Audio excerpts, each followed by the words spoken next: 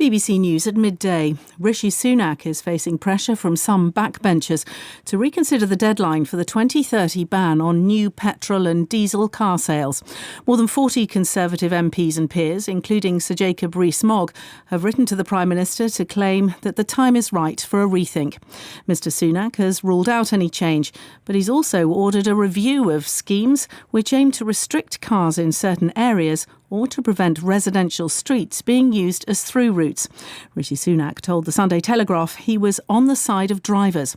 Low traffic neighbourhood schemes have been set up in several cities, including London, Bristol and Birmingham. Our political correspondent Tony Bonsignore says Mr Sunak's intervention isn't straightforward. It's not clear they've got any powers to force councils to do anything.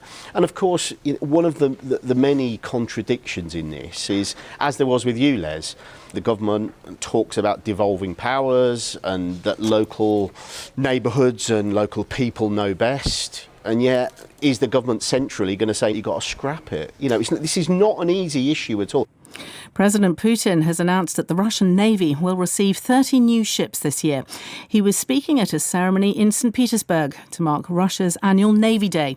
Earlier, Ukraine and Russia accused each other of launching overnight drone attacks. Kyiv said a Russian missile killed at least one civilian in the northeastern city of Sumy.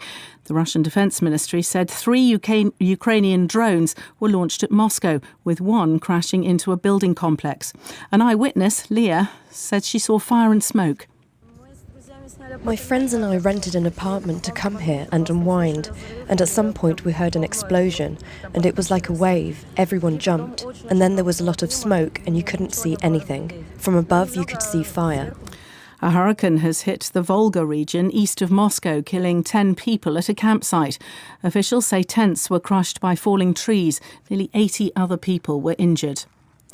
The leaders of the military coup in Niger are accusing the West African regional organisation ECOWAS of planning an imminent military intervention. The bloc is holding a summit in the Nigerian capital Abuja to discuss possible sanctions against those who seized power. Richard Hamilton reports. The military leaders in Niger accused ECOWAS of planning an invasion in conjunction with other African countries and certain Western nations. The statement was read out on national television by Amadou Abdraman, a member of the junta, which this week ousted the elected president and declared itself in charge. The 15-nation regional body, of which Niger is a member, could impose sanctions on the coup leaders.